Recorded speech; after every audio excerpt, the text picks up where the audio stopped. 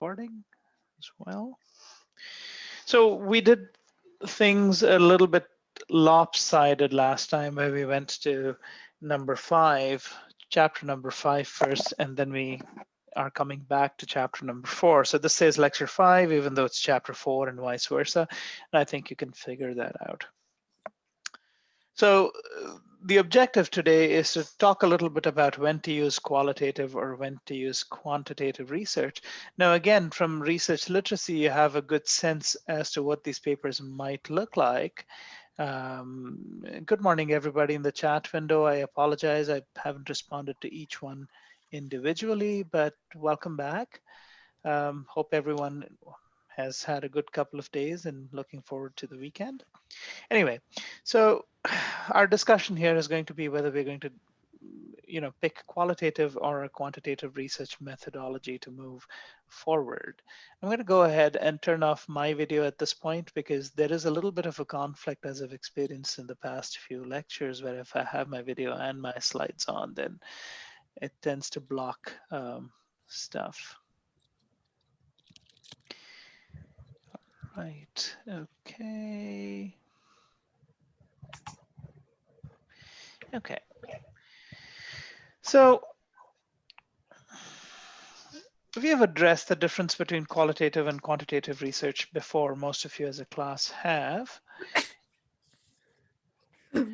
And we will continue to do that a little bit more in detail in this lecture and using the chapter in your textbook.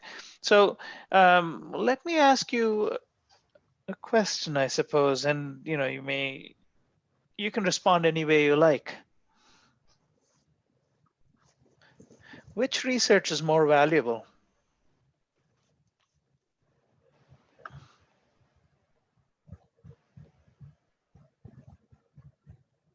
Is it qualitative or is it quantitative?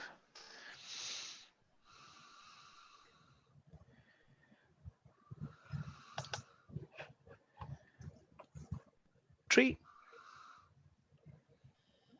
I would say the one that answers the question best.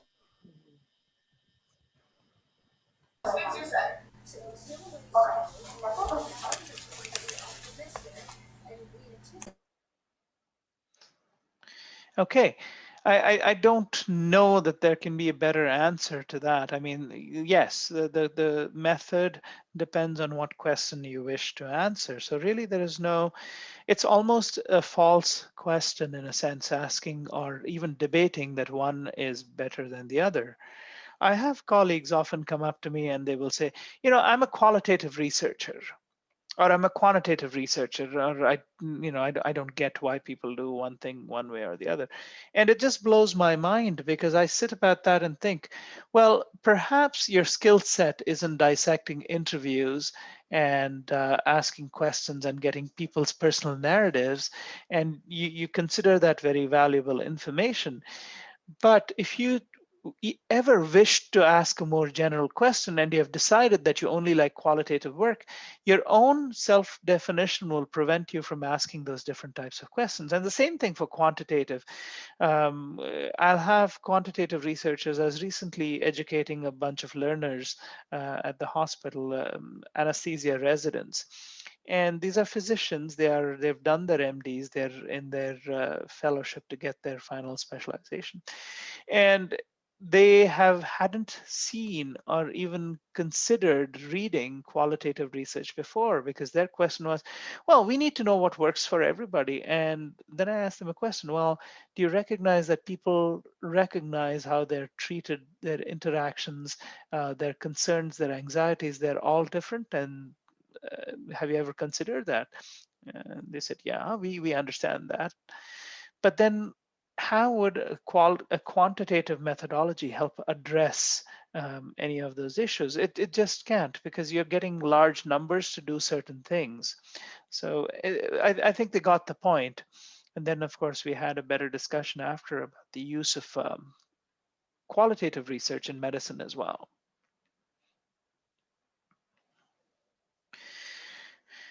So qualitative research, we'll start with qualitative and we'll talk about both. Let's see how it goes. Start with qualitative. Qualitative research tries to give us an impression. So, for people who have pets, what feelings do you experience when you hold a puppy? Now, one fellow dog lover and their other friend who also loves dogs, they don't necessarily have to describe everything, the feelings that one experiences when you hold a puppy, or what does it feel like to be the only female child in a large family of 8 siblings.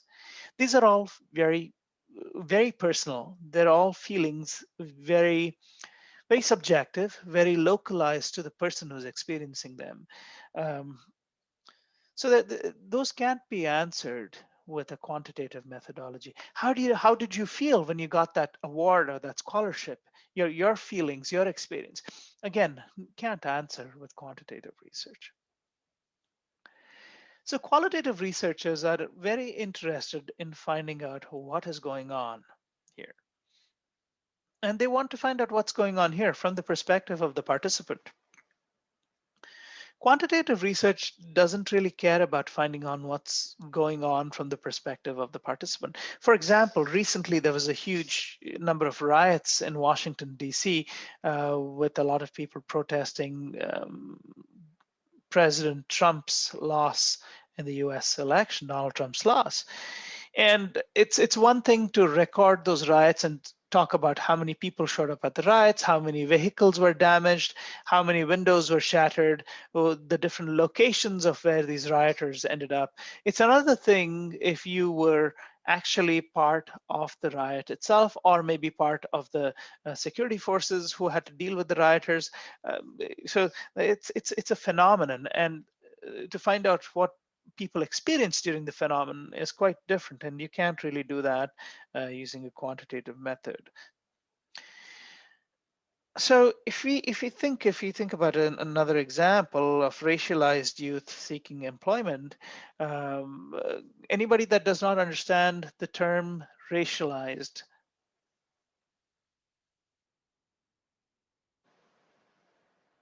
everybody understand what that term means? Okay, good.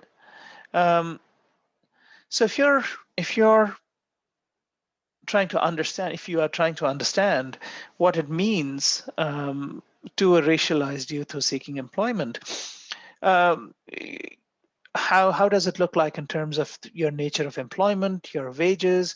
That would all be quantitative. But to figure out how it actually feels, what an author would have to do or a researcher would have to do would be to listen to these young people describe their lives. Now, the author of your book, Laurie Wilkinson, she interviewed a lot of racialized youth in Saskatchewan, I believe, and she had the opportunity to get a sense for what it felt like.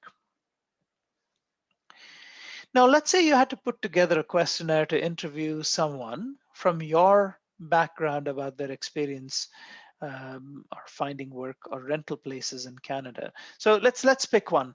Let's say you had to put together a questionnaire to interview someone in their adventures in seeking rental places. What might be questions you might want to ask them? Let's pretend that you're going to ask a few questions. I'm just going to make 5 little arrows here and we can have suggestions.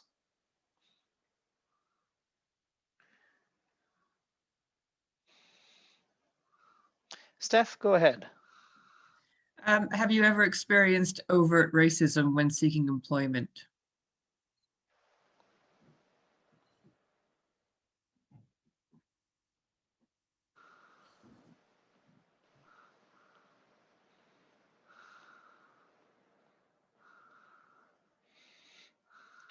For employment, okay. Anybody else?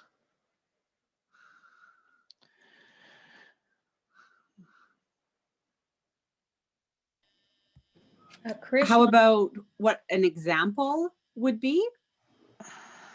Like if So they could give an example? So what would your question ask them to give an example of? Can you give an example of racism you've experienced in the workplace or seeking employment? Okay, before we go any further, I want to do a couple of things.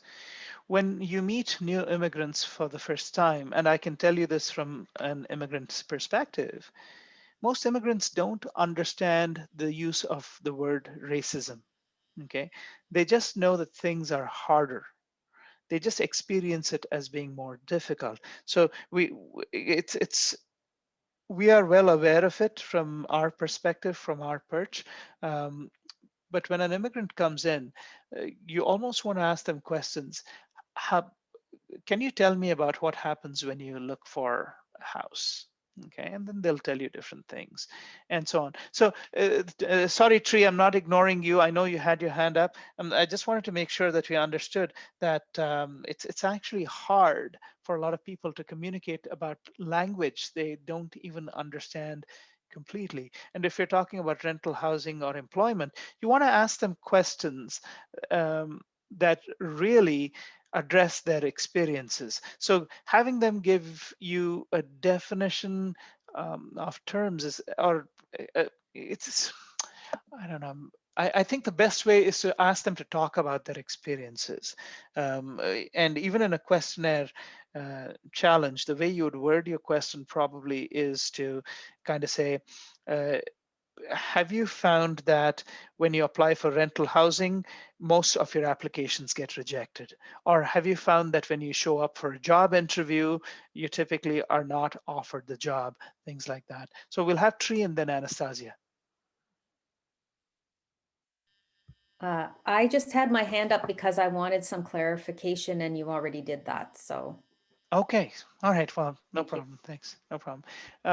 Anastasia? This question personally, I can say is from one of my friends that did come here for school and work, as well as when they went home for trying to find work again after being in Canada. My question would be, what was your experience like finding work? What were your impressions of the people who were interviewing you? What kind of questions did they ask you and how did you feel about those?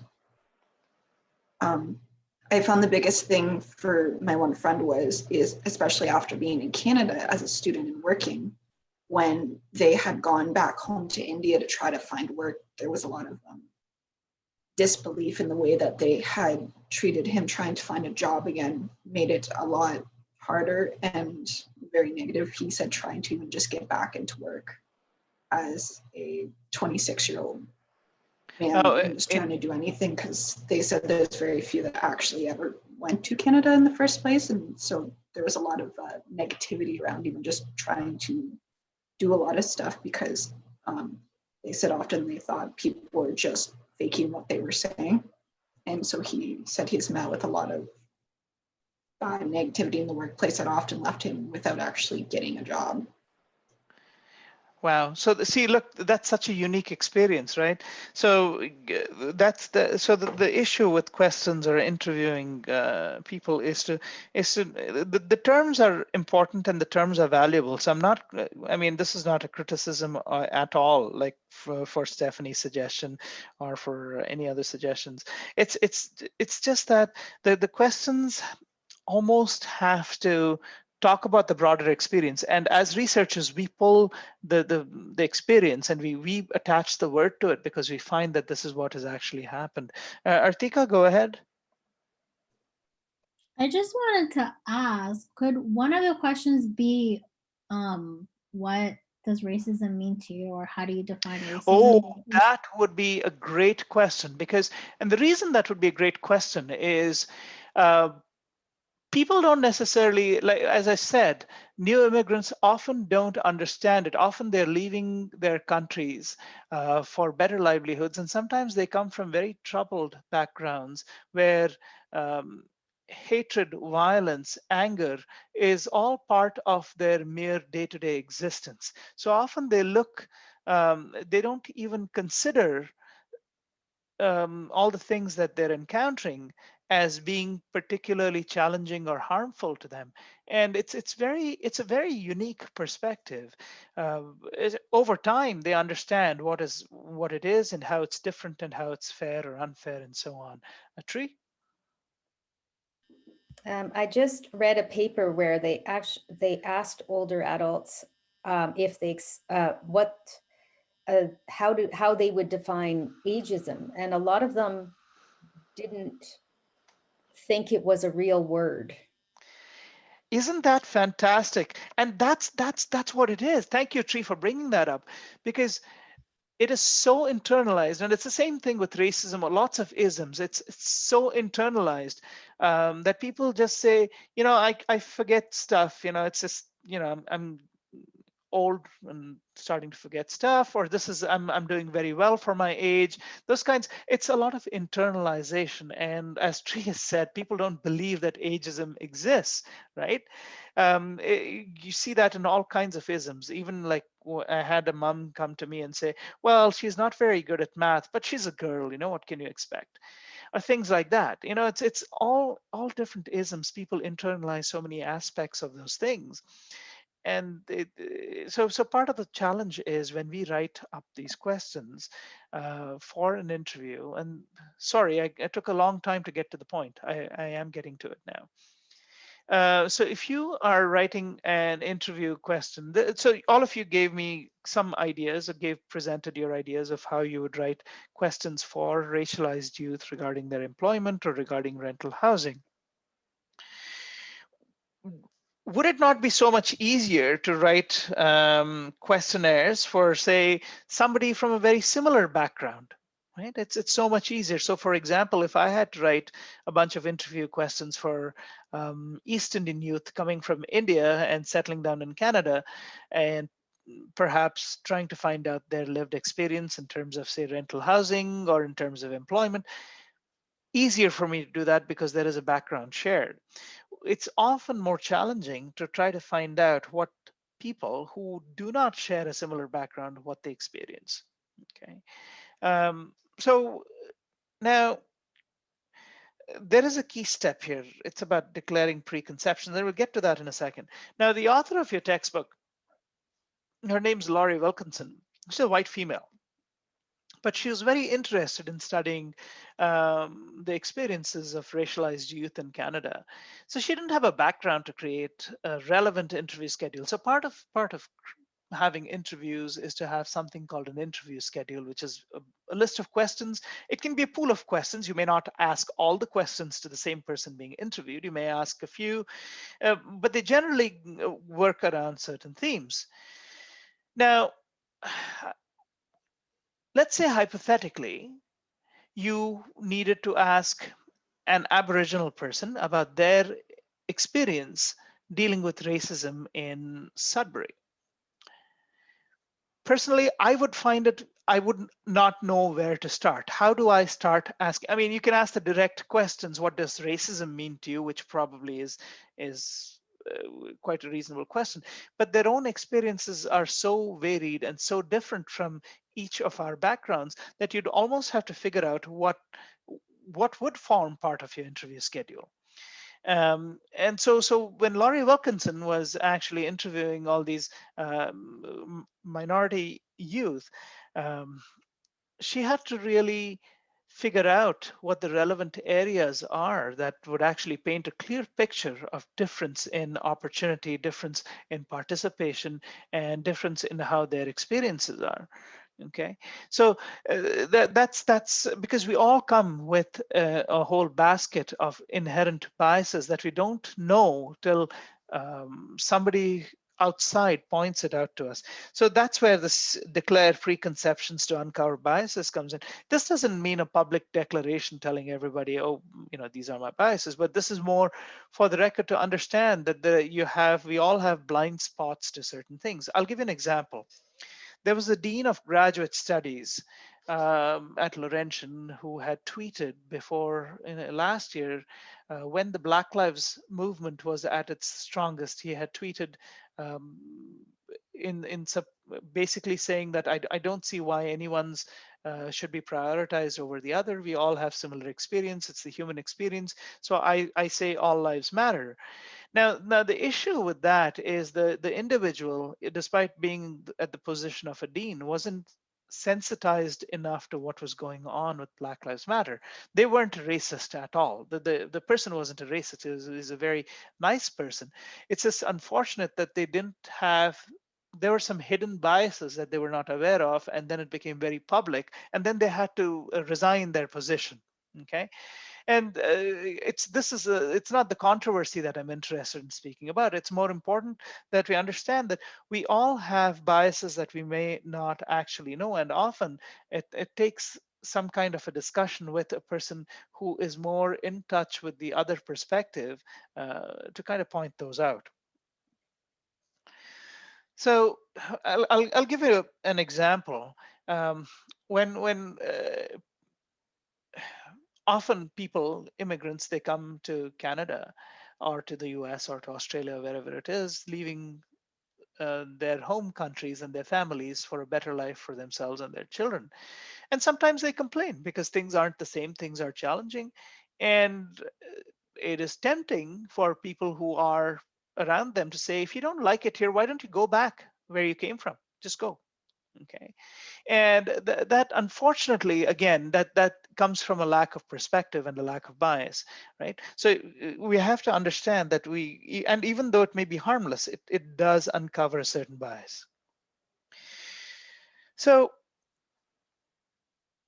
in qualitative research, interviews and focus groups often bring up a more detailed biographical perspective of how the person interprets their life, its progress, and the challenges. And it often sets up the stage for future questions, which, you can use a qualitative research to pick up or identify concepts and then go into a quantitative research, or even have more refined questions. So oftentimes during qualitative research projects, the interviewer is not done after the first set of questions. They use the first set of questions, then during the interview process, they realize, because of what the interviewee says, that there are more ideas and there are questions that they should have asked. So for the next person that they're interviewing, they may add an additional question. They may come back to the first person they've interviewed afterwards and just ask them the question again. And this is quite common in qualitative research, to go back and forth till you reach a point of saturation, which means you start getting no new concepts or information. Saturation is true not just in qualitative research. In quantitative research, the saturation only pertains to concepts. But a lot of quantitative research is obsessed with the latest and most relevant data and its presentation in the context of broader research. So the idea of saturation works a little bit differently in quantitative research. But in qualitative research, once you start identifying the same concepts that come up in different ways, shapes, and forms multiple times, you can actually stop your interviews or collecting more data.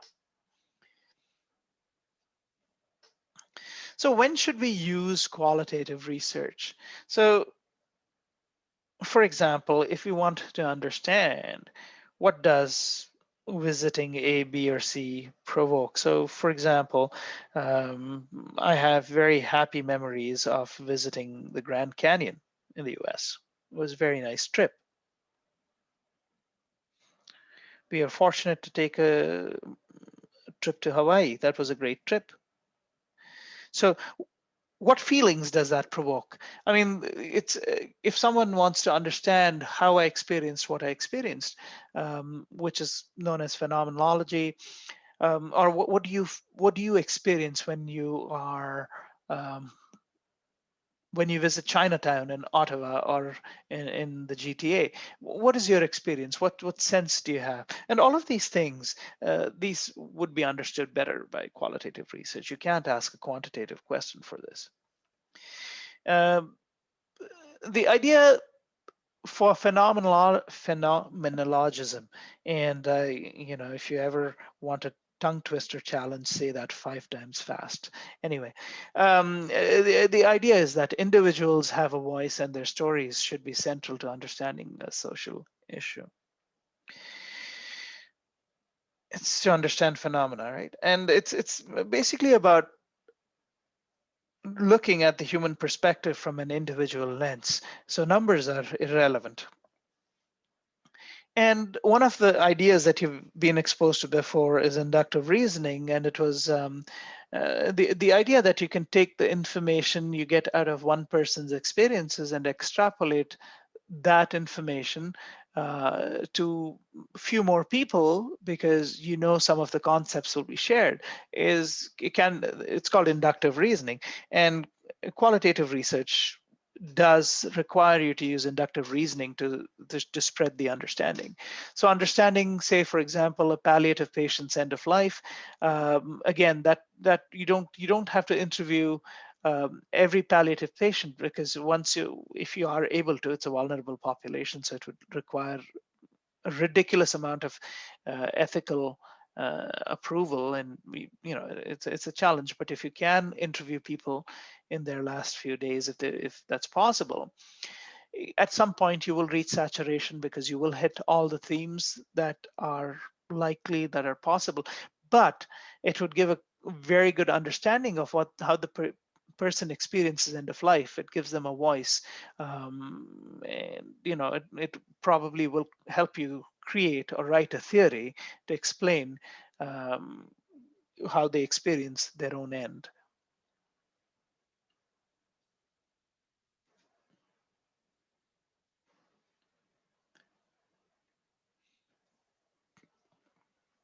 So there are several data collection strategies in qualitative research. Data is not necessarily numbers, as you all very well know. And qualitative research, often videos, audio recordings, and text are preferred methods of data collection. Big corporations collect data, qualitative data, in other ways as well. So for example, Apple, I strongly suspect Apple has a copy of all our text messages, as does Facebook with WhatsApp. So they have all our WhatsApp messages, and they are identifying each person's likes, dislikes, habits, and so on. I don't care what they tell us about being secure. I think they have a copy. Anyway, so there are other ways of collecting data to identify, qualitative information about people. So typically with videos, audio recordings, and textual material, the idea is to look at the content. So the method of research is content analysis.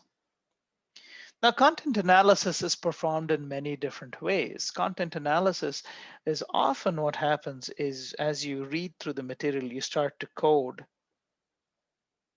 the material, or code the text, or code the video, whatever it is, for themes. And then within themes, there might be plays on the themes. So you call them sub-themes, or you call them topics, and so on. And you can break them down further. And people try to do this different ways. Some people will put a number to the themes or sub-themes and look at the frequency and talk about how there are some dominant themes which are the most important, and there are some themes which are not that important. And that is one way to do it. Frequency equals importance. But oftentimes there might be themes that are very, very important, but show up just once because it was just that portion relevant to the conversation. And so it's complicated. Very traditional qualitative researchers don't like the assignment of numbers to say, well, poverty showed up 15 times, gender showed up 12 times. So being female and being in poor health is far more significant than being poor and being in poor health. Okay, so because that one has a number of 13 and 1. So this kind of rationale is propounded and accepted, and that's one way of doing it. People who protest that try to look at the import or the contextual importance of a certain theme and a sub-theme. So it's complicated, and we're not asking anyone to do content analysis here, but just keep in mind that it comes with a lot of skill, lots of time is spent in understanding how to do it. There are different kinds of interviews. There are unstructured interviews, there are semi-structured interviews, and there are structured interviews. Unstructured interviews typically start almost with a very free-flowing, open conversation mode where the interviewer typically does not have too much of a mind to shape where the conversation's going. They start off with simple questions. They might just ask, can you talk to me about your, what are the can you talk to me about the changes you've made to your life since you're diagnosed with a heart attack? Okay. And then the respondent goes on, and as and when the interviewer sees fit, they ask a follow-up. There's a general ballpark as to what the interviewer is doing. And often an unstructured interview might be the starting point for setting up semi-structured interviews.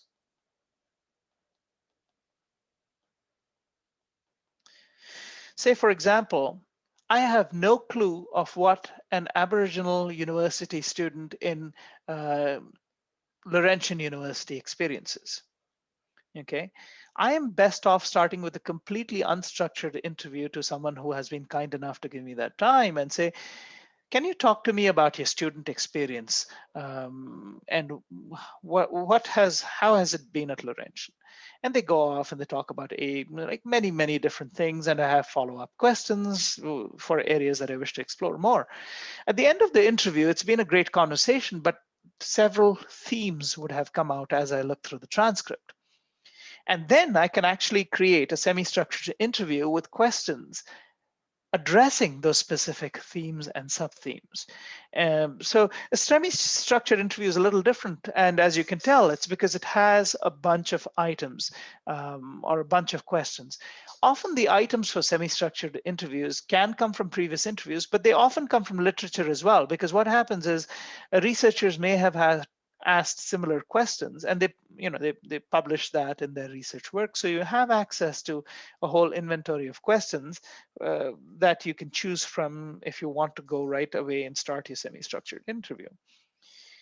A structured interview is more like a questionnaire. You ask people very specific questions. There are answers 1, 2, 3, 4, or questions on a Likert scale, and we'll introduce a Likert scale, I think, next lecture perhaps, or the one after, for those who aren't familiar. Basically it's a scale saying strongly disagree, disagree, neutral, agree, strongly agree. So I have 5 items, they have a numerical value and so on. So a structured interview is more like a questionnaire or an attitudinal scale. And the reason it's quantitative, I would go so far as to say it's pseudo-quantitative, because it gives you a number, and the validity of that number really has to be verified. So there are several scales that you can create, like you can create a scale for sexism, you can create a scale for ageism, you can create a scale for racism, you can create a scale for intolerance of people having additional support for their courses because of an identified learning disability. There are all kinds of attitudinal scales that you can create. But typically when you create a scale is a measuring instrument. It must be validated and triangulated. So there are many instruments out there which are validated. And so even though they're pseudo-quantitative, they're still valid because they represent the concept or the idea correctly. Again, going back to unstructured, there are no planned questions. Unstructured interview, no planned questions. Semi-structured, we said you could have a question pool. You don't necessarily ask every interviewee all the questions. You choose enough that you cover a bunch of areas that you wish to address. Now, all interviews by definition are intrusive because you are meeting people, you're asking them for their time, and you probably have influenced their answers because you are part of the interview yourself, whether you like it or not. One way of unobtrusive data collection is participant observation, where examples of this is people who were watching the riots in Washington, D.C. on their television. They could see different things happening. There are people who would have watched the entire footage as it unraveled and observing different things. So that would be a method of participant observation. There are different types of participant observation. Oops, sorry. So in participant observation, the participant observation can be done as part of the process, or it can be done externally, which means you can view everything having a camera and you just view what people are doing and you describe what's happening and you look at ideas, themes that develop.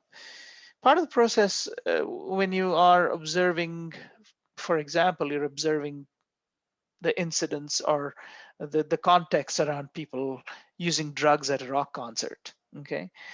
You might be attending the rock concert, so you observe different things. You're a participant as well. You can sense the mood. You can sense people's attitudes, people's behaviors. You see people in circles.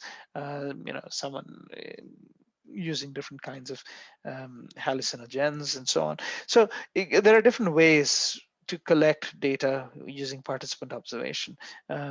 And depending on who you are. And I don't know if everyone had an opportunity to see the Stanford prison experiment. I think it was, I can't remember if it was required in research literacy or not. But just show of hands, who all saw the Stanford prison experiment?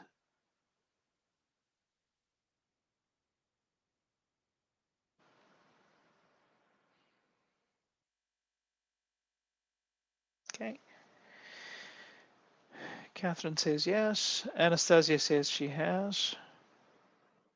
Okay, we have a good number who have viewed the Stanford prison experiment.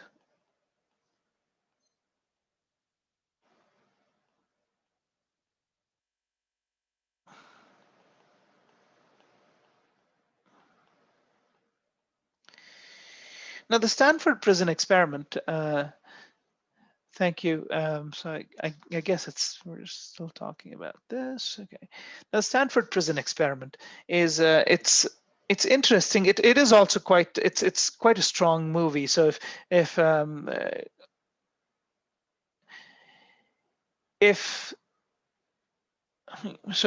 you are planning to watch the film, it's not a requirement, not an absolute requirement for this course. You can read about the film itself if you wish, but it's very useful to see that film before we go into the lecture that deals with ethics. And the reason it's important is that to understand why ethics is important and how ethics must be applied, an example of poorly applied ethics and poor ethical principles and is very, very important. And that's demonstrated in the Stanford prison experiment. But I definitely have a caveat, a disclaimer, that if you're planning to watch the film, read the brief description first so you can make a decision if that will work for you or not. We don't need anybody getting very, very upset by watching the film. Personally, I don't find it upsetting. And most of my students haven't in the past 11 years, but we had one student get very upset, some years ago, and I still remember that. So I often tell my students, it's nothing like there is some stuff that's not great that occurs in the film, but it's not super upsetting. But your decision to view it or to read the description about it. Anyway, we'll talk about that later. But the key thing, the point I wanted to make is the experiment starts with the researcher wanting to be an at-distance observer, not a participant observer, non-participant observer.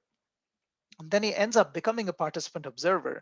And none of this is planned in the experimental protocol. So it kind of messes all the data collection, everything up. At some point, it stops being research. It just becomes, it just devolves into absolute rubbish. And that's why it's an interesting view. Anyway,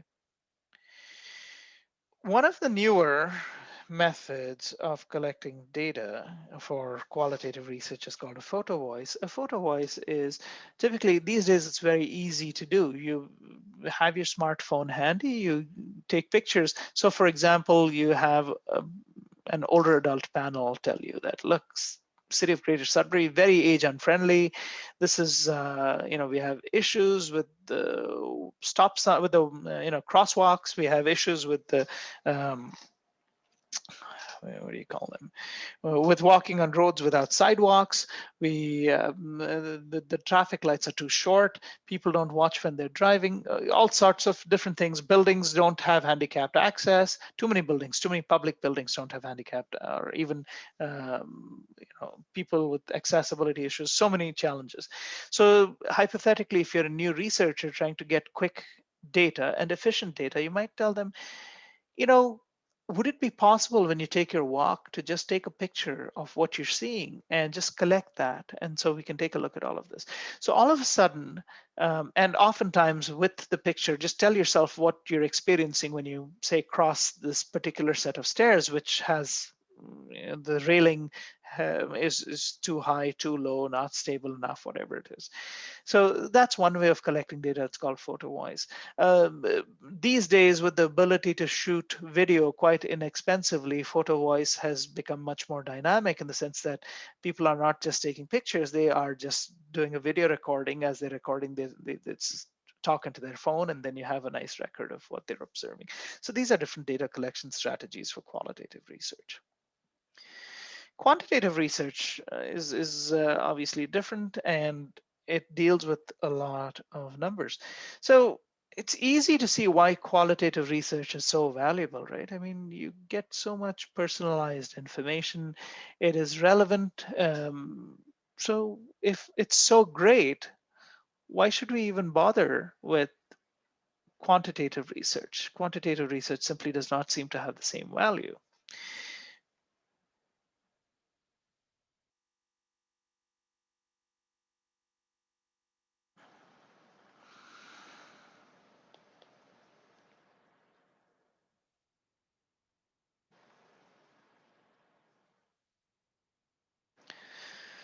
So the reason we still bother with quantitative research is to get generalizable data.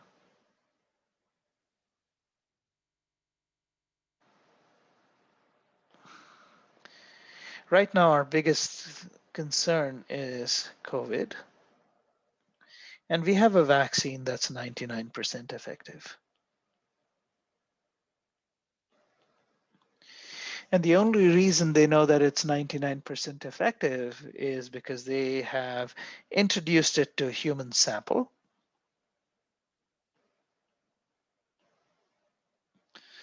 We don't know the size, but for every 100 in that sample, 99 people gained immunity. And that can be done relatively quickly. You inject 100 people, okay, hypothetically, who have participated, and you have them come back in 15 days, give them a second dose, and then you request them to come back for their antibody titers. And then you have an idea as to who's immune and who's not. Qualitative research would not be able to do anything of this sort because there's absolutely no value in giving someone a couple of shots and then talking to them about their vaccination experiences and how they feel safe. Okay, we want to have this data relatively quickly, and we want to be able to inoculate as many people as possible. So in this context, qualitative research would be completely useless. There might be other avenues for qualitative research to ask different questions, but this wouldn't be one.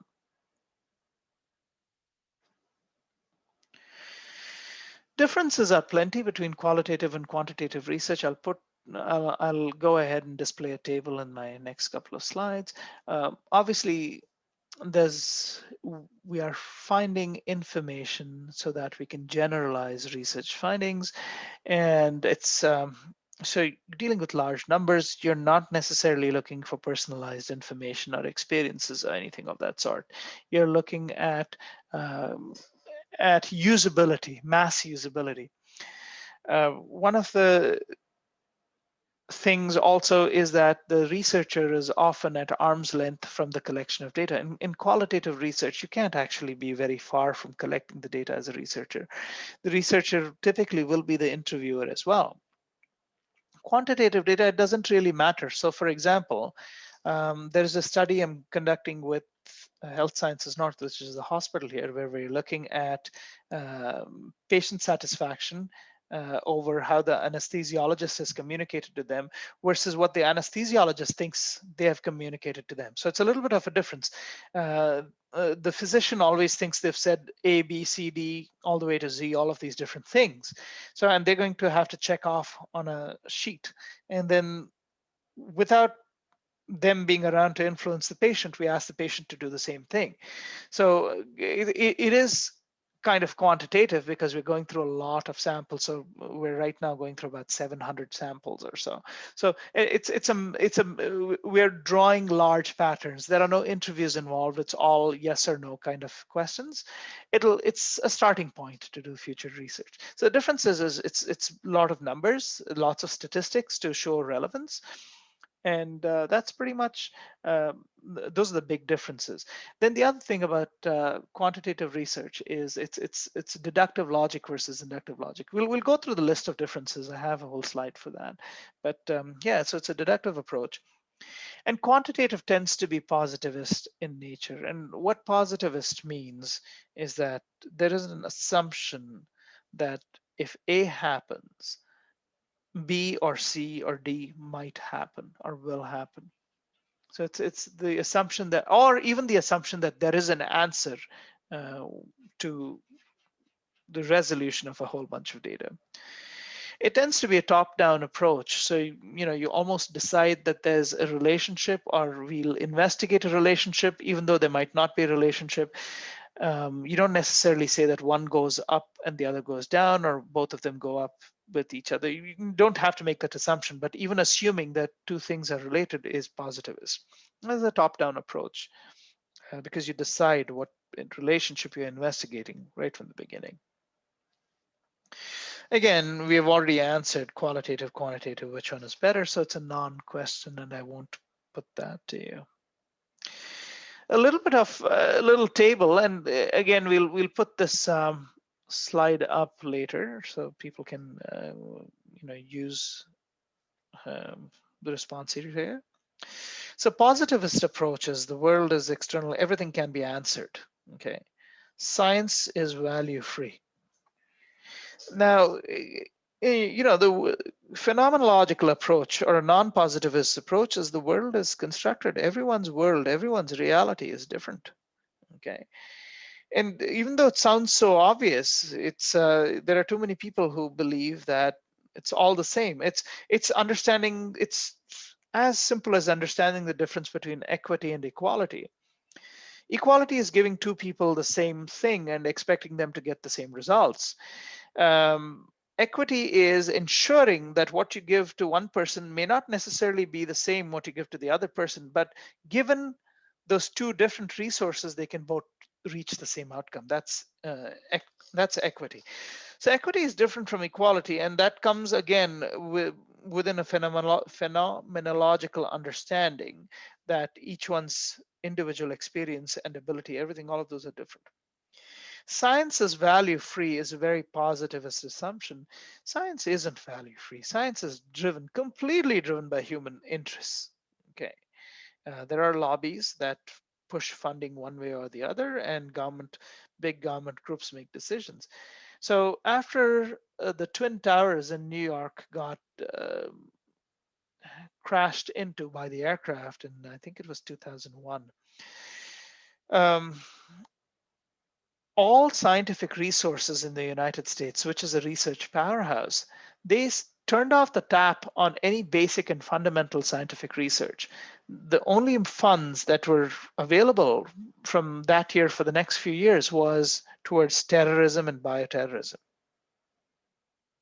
So there's a complete switch in what got funded, which means the only research, the only science, the only knowledge that's generated is completely driven by funding. Okay, so science is completely human, based on human experience. The focus on positivist approach is that we're going to focus on facts, but that's nonsense. Fact itself. The word fact is a subjective notion. It's contextual. It can be a fact within a certain context, and it might not be in others. The focus for a phenomenological approach is on subjective meanings. Positive approach will formulate and test hypotheses. A qualitative approach, a phenomena-based approach, will actually construct theories from data. So you collect the data based on some idea, keep working, and you collect different idea. So you construct your theory and model from that data. And you're not looking for causality like quantitative or positivist research does. It tells you that there's a cause and effect. It's more interested, qualitative or phenomena, when you study them, you're interested in knowing what happens. So the focus for positivist views is to operationalize concepts so that you can measure them. Now, one of the goals of phenomena-based research is to understand different views. And yes, you may uncover concepts as a process of doing that.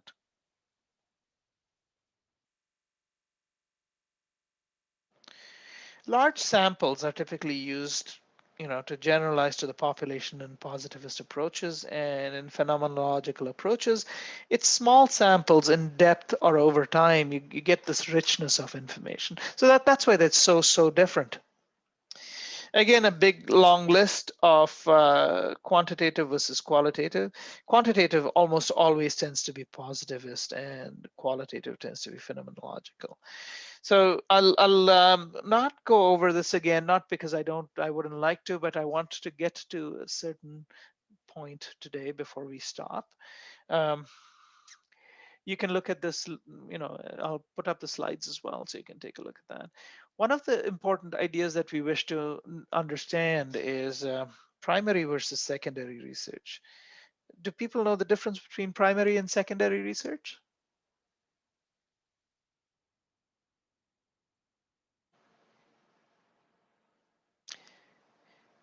Tree says yes. Yes. Arthika says, okay, good. Do we have anybody else? Okay. Catherine says yes. Okay, very good. Since everybody did not say yes, Steph says unsure. Okay, so primary research is when you collect data to answer a question. An example would be, say, for example, I said, Steph, I need some data on people being bad drivers just before Christmas. And what Steph kindly agrees to do is I'm going to hang around between 11 and noon at a bunch of different traffic lights in the city of Greater Sudbury. And I'm going to use a sheet to document how many drivers break the red light. Okay. So Steph, I wouldn't do that to you. It's very cold around Christmas. I'm just giving an example. Okay. But say you stop at a traffic light and you go and you're checking, you go between 11 and 12, you see one car, you see two cars, and you have the name of the traffic light. Let's say it's the Costco traffic light. Okay. And you have a Walmart traffic light. I'm just making things up.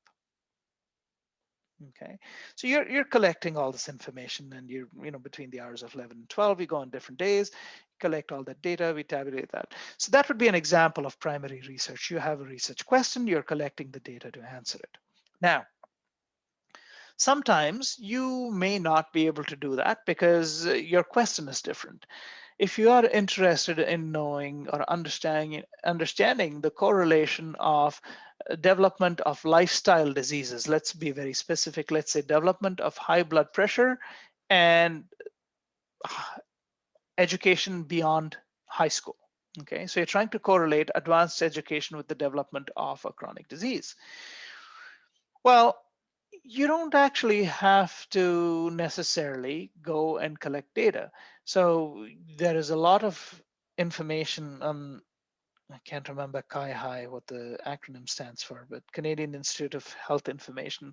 So there is a considerable amount of data that tells you what percentage of the population has diseases.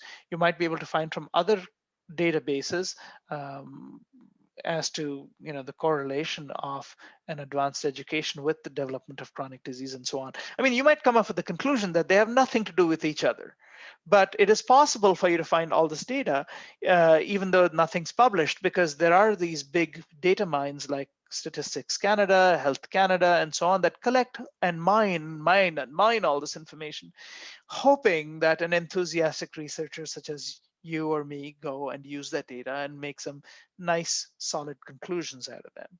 Okay, so that would be called secondary research.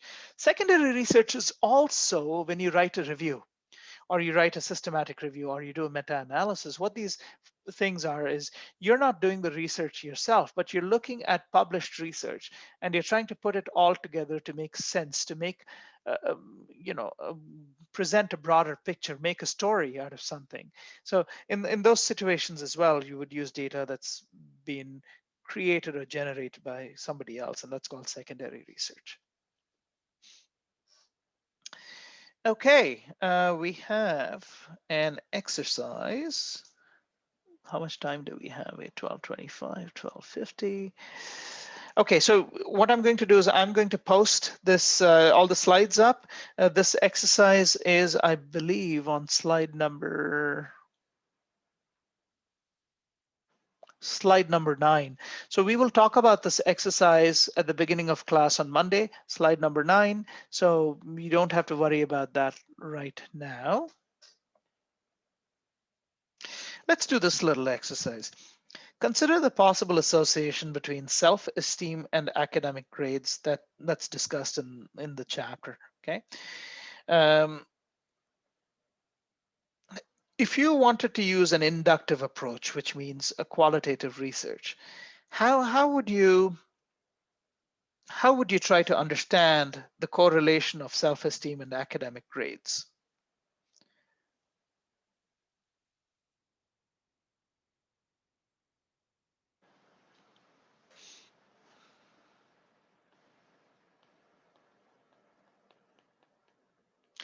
Go Tree. I think first we would need to operationalize self-esteem and I guess academic grades as well, so that we can measure. So if we were to go about it a quantitative way, we need to operationalize. Mhm. Concepts of self-esteem and academic grades. And then we could probably, so how any ideas on how you would operationalize self-esteem? Myself, I would go and see if there's any tools or scales online that are available that are valid, that have been shown to be valid in other research. With validity, yeah. Yeah. Okay. And academic grades, what would you like to see? Just their transcripts? Yeah, maybe their final marks or something. Okay. What if you wanted to do a qualitative study to understand the association, to understand what occurs? Are you still asking me?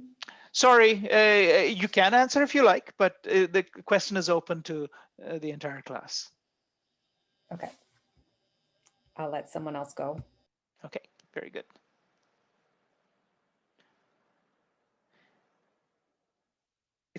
Yes, Steph? I'm thinking like the first step would be to come up with a research objective. Okay. What would your objective be? The purpose of the research is to explore possible possible relationship between self-esteem and academic grades. Yeah.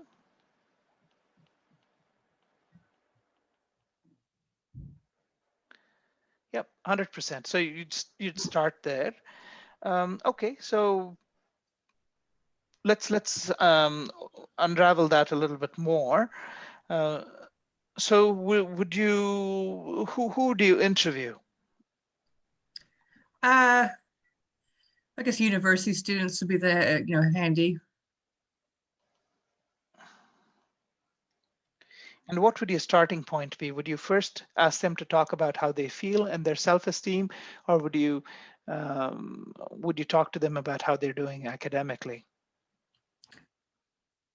I'm thinking like I would kind of want to categorize them first in terms of their academic performance.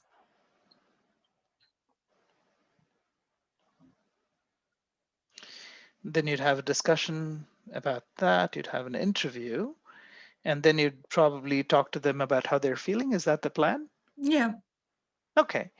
And so there are many ways to do it, right? Because Steph may start this way, and then she may feel, oh, well, I picked all the students who are doing well or not doing so well, and I almost kind of knew that they would, it would go a certain way. So she might decide, well, let me turn this around. Let me talk to students who generally are in a very positive frame of mind. And let's talk to them about how it's working out academically, but perhaps I'll talk to them about all the positive things in their life first that they can connect on, or interview them about how they're feeling about their outlook on life in general, and then talk to them about academic grades and so on. So it's, and you might switch that around a couple of times based on what you hear from your interviewees. And that's quite normal, quite common for qualitative research. What we'll do now is we will view a brief video. I think we have enough time.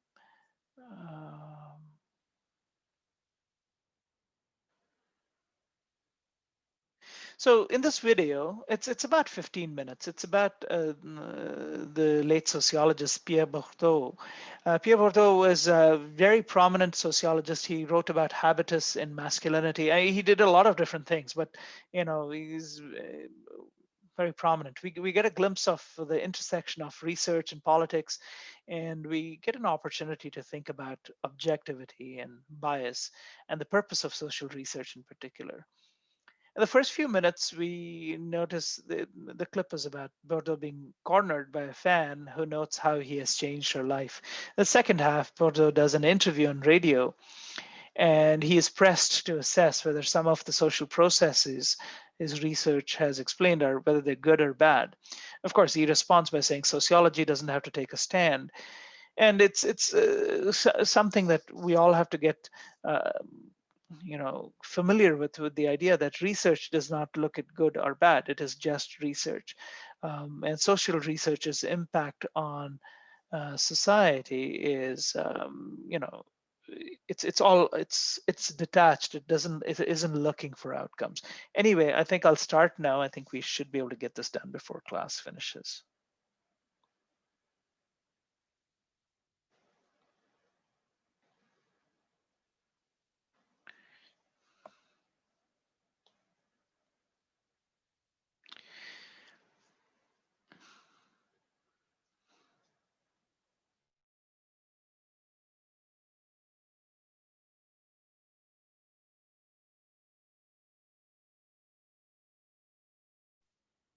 Okay, I guess that's not happening. I'll try to find that video for next time.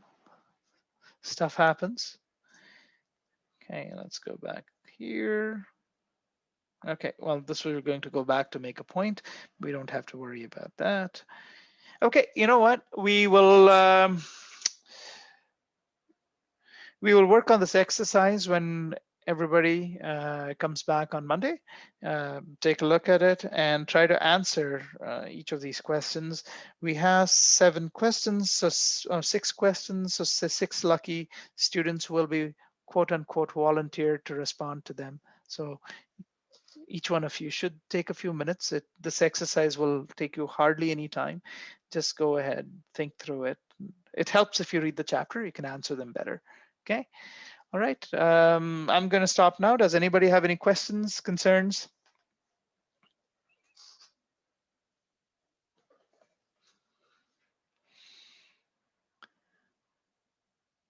Okay, Steph, you have your hand up. I assume it's from last time. I'm just going to drop that, but we also have questions at the back of the chapter, so we'll do the exercise. We'll finish that. I'll see if I can get the correct URL for the video, which was working fine a few months ago, so I didn't even think to double check this morning. Okay, I guess no questions. We will see you all on Monday, bright and early at, well, it's not bright and early, but whatever, at 11:30.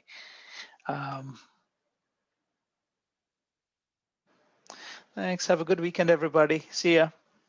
Bye.